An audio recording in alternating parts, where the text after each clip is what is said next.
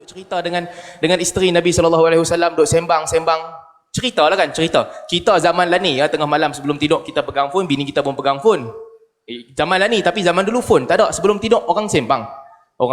Cuma dalam konteks hadis tu diceritakan Nabi bercerita dengan ramai lah beberapa orang isteri. Dia pun duk sembang-sembang. Lalu Nabi SAW pun bercerita kepada isteri sebahagian benda yang isteri Nabi dengar, dia pun rasa macam ka'annal hadis khurafah. Cerita ni macam cerita khurafat. Isteri Nabi kata. Lalu Nabi SAW beritahu kat isteri Nabi, atadruna mal khurafah? Hampa tahu tak khurafat tu apa? Isteri Nabi SAW pun tak tahulah. Maka Nabi SAW bercerita kepada isteri-isteri Nabi, khurafat ni nama satu orang lelaki daripada Yaman, sebagaimana disebut oleh Ustaz Isham tadi. Saya pun tak tahu dia daripada Yaman, saya tak sempat baca. Ustaz Isham sebut tadi dia daripada Yaman. Kalau betul dia, kalau salah dia. Saya cuma ulang ayat dia aja. Baik, seorang lelaki ni dia duduk dalam kampung dia elok ya, macam biasa. Tiba-tiba dia hilang. Ini macam cerita Melayu banyak kan, orang cerita kena colek bunian kan, hantu Kak Limah kan, dia tu pergi ambil bunian bawa balik kampung dia. Lebih kurang cerita samalah. Arab pun ada cerita macam tu juga. Dia hilang daripada kampung dia. Lama dia hilang, orang tak jumpa. Dan setelah sekian lama dia pun muncul balik. Apabila dia muncul balik, dan dia pun berceritalah kepada orang kampung apa yang dia lihat ketika dia diculik oleh jin. Dia dakwa kata dia diculik oleh jin. Dia pun pergi duduk dengan jin lama, dan dia balik dia cerita kat depa apa yang berlaku, dia duduk dengan jin. Saya pun tak tahulah konteks cerita Arab macam mana. Kalau cerita kita kena colek dengan bunian, teks dia biasalah, memang habis cantik punya makhluk lah, dia pun tak ingat nak balik. Akhirnya kok mana ke dia balik, dia cerita. Nabi SAW kata inilah asal cerita dia, sebab lelaki tu nama dia khurafah. Baik, tapi cerita orang hilang ni berlaku banyak kali jugalah,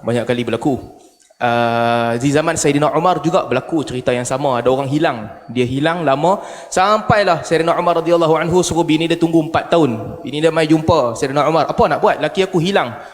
Kalau jatuh talak boleh kahwin dengan orang lain, tak jatuh talak tak boleh kahwin dengan orang lain. Ikut hukum syarak, laki kalau hilang, bini kira bini dia lah. Belum lagi mati, belum lagi talak, kira bini dia. Maka Sayyidina Umar radhiyallahu anhu pun suruh dia tunggu sampai 4 tahun. Setelah berlalunya 4 tahun, Sayyidina Umar memutuskan bahawa talaklah mereka. Talak, dan bini dia pun duduk dalam iddah.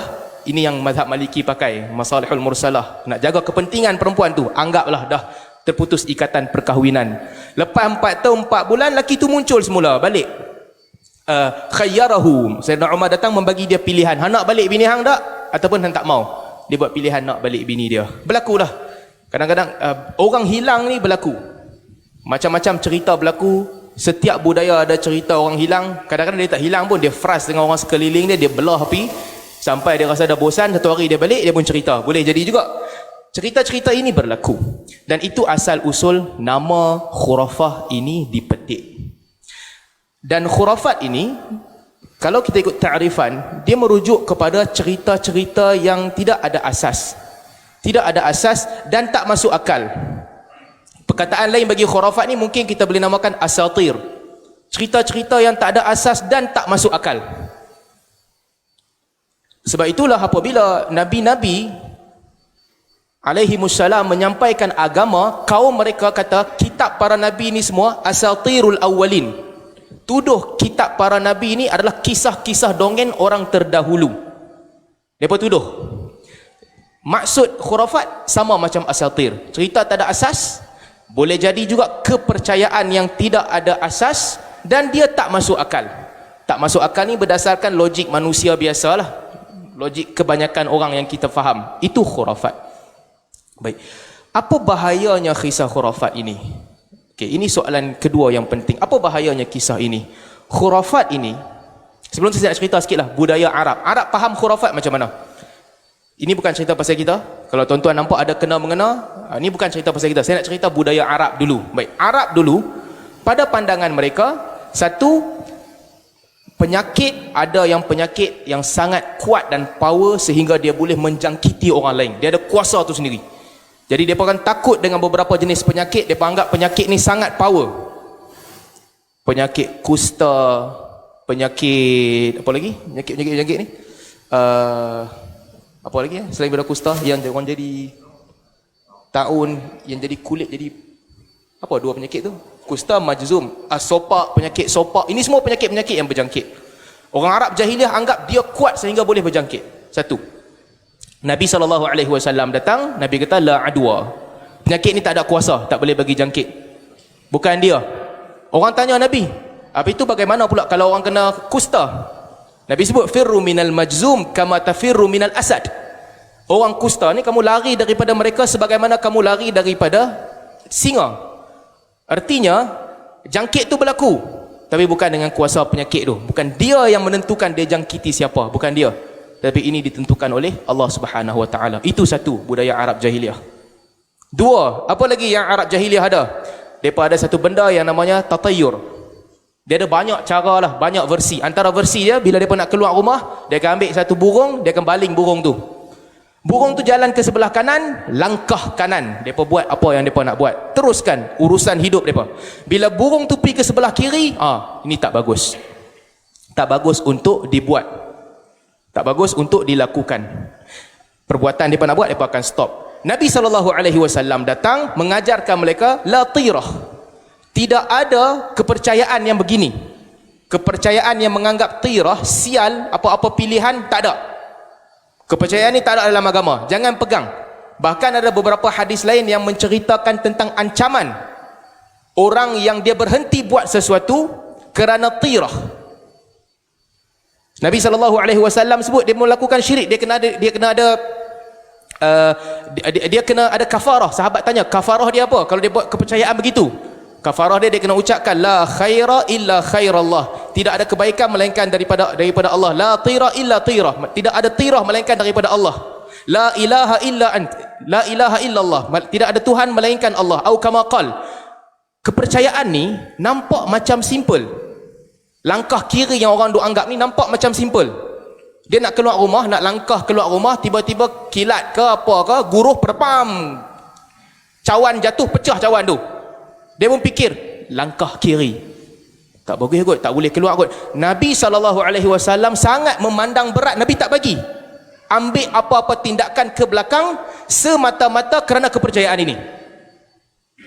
Kenapa Nabi berkeras? Sebab apabila orang terperangkap di dalam kepercayaan khurafat begini, akhirnya sepatutnya kita takut kepada Allah, kita takut kepada perkara-perkara lain.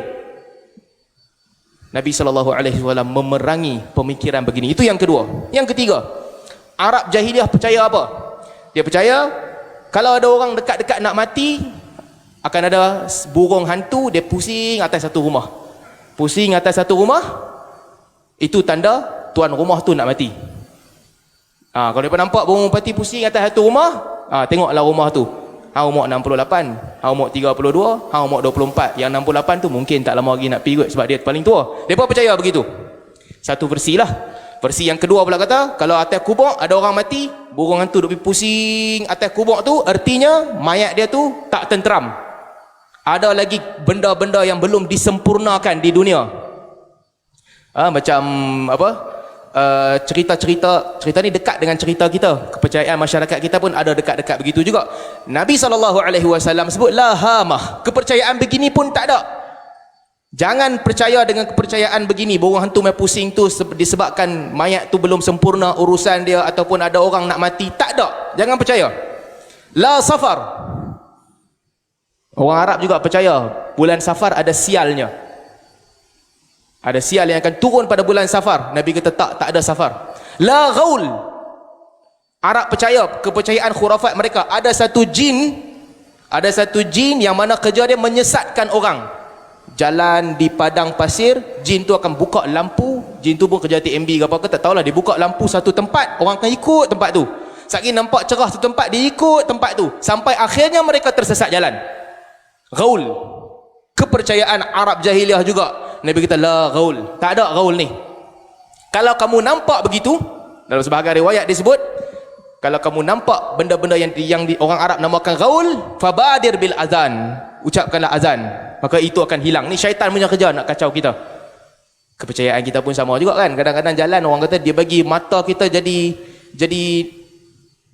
dulu-dulu mungkinlah jalan lama, nampak straight, jalan straight, nampak bengkok, orang pun jatuh dalam gaung dan sebagainya. Mereka ada kepercayaan yang sama. Nabi SAW datang bagi tahu kepada para sahabat, la ghaul, ini pun tak ada. Baik, kepercayaan jahiliah ni semua kenapa penting untuk dipecahkan dan dihancurkan? Kerana agama ini datang untuk mengajarkan kita berpegang dengan sunnatullah fil kaun. Sunnatullah, hukum alam, berpegang dengan hukum alam. Ada tak perkara-perkara yang berlanggar dengan hukum alam? Ada. Mukjizat berlanggar dengan hukum alam. Karamah yang Allah bagi kepada sebahagian daripada wali-wali Allah bercanggah dengan hukum alam. Beza dia, mukjizat untuk cerita ke orang dan cabar orang. Karamah bukan untuk bercerita. Karamah simpan diri. Kalau dia wali Allah, Allah bagi dia apa-apa karamah untuk dia. Dia bukan untuk bercerita ke orang. Hang ikut aku, hang ikut tarikat aku, hang beramal macam aku amal, hang baca sekian-sekian benda, hang akan dapat macam aku dapat. Dapat apa? Bumi ni boleh lipat-lipat-lipat, hang jalan 3-4 langkah sini sampai Chudia Street. Tak ada, tak ada. Ini bukan untuk cerita ke orang. Kalau hang dapat, hang simpan seorang-seorang. Kalau dia cerita ke orang, dia ajak orang buat perbuatan tertentu akan dapat macam aku dapat. Tuan-tuan, ini bukan karamah, ini sihir. Apa beza karamah dengan sihir? Sihir dipelajari. Karamah bukan benda untuk belajar. Allah nak bagi kepada siapa? Allah bagi. Allah tak bagi? Tak ada. Selain daripada ini, selain daripada karamah, selain daripada mukjizat, ada juga istidraj. Ada juga perkara-perkara yang kadang-kadang Allah bagi kepada orang kafir. Sihir. Nampak sebagaimana macam tak kena dengan akal, tapi ini untuk mengelabui mata mereka. Ala kulli hal, asasnya alam ini bergerak pada sunnatullah. Apabila Allah mengutuskan para rasul, itulah yang diajarkan oleh para rasul. Tidaklah kamu takut melainkan Allah. Tidaklah kamu harap melainkan daripada Allah. Kalau kepercayaan khurafat ini berterusan berlaku dalam masyarakat, masyarakat itu takkan membangun dan takkan maju. Sebab banyak sangat exceptional case. Terlalu banyak. Macam mana orang nak kaji sehingga orang tahu daripada sini nak pergi ke Kuala Lumpur? Hukum alam kata apa? Hukum alam kata jarak katakanlah 300 km. 300 km. Macam mana nak sampai situ? Sampai situ speed kali dengan time. Betul? Kalau speed 120 kali 2.5, sampailah dalam masa 2.5 jam sampai Kuala Lumpur. Average speed 120. Itu hukum alam. Kalau kita masuk cerita khurafat, dah dia ada amalan, hang baca amalan ni, hang masuk kereta, hang jalan-jalan, pum, sampai KL sejam. Itu bukan pasal amalan bang, itu hang overspeed. Kepercayaan begini tak ada. Minyak, fuel consumption 14 km per liter. Kalau itu fuel consumption, itulah dia. Kepercayaan khurafat ini perlu ditolak, sebab kalau tidak kita tak maju. Untuk maju, ni saya cerita pasal kenderaan lah, kita kena kaji macam mana nak tambah fuel efficiency. Betul? Macam mana enjin tu boleh berfungsi dalam keadaan dia guna sikit yang minyak. Itu yang perlu kita buat. Kalau otak orang semua dibanjiri dengan cerita-cerita, dah ada bacaan. Hang baca doa ni, bismillahirrahmanirrahim, hang ludah dalam tangki, RM5 ES5, sini JB sampai.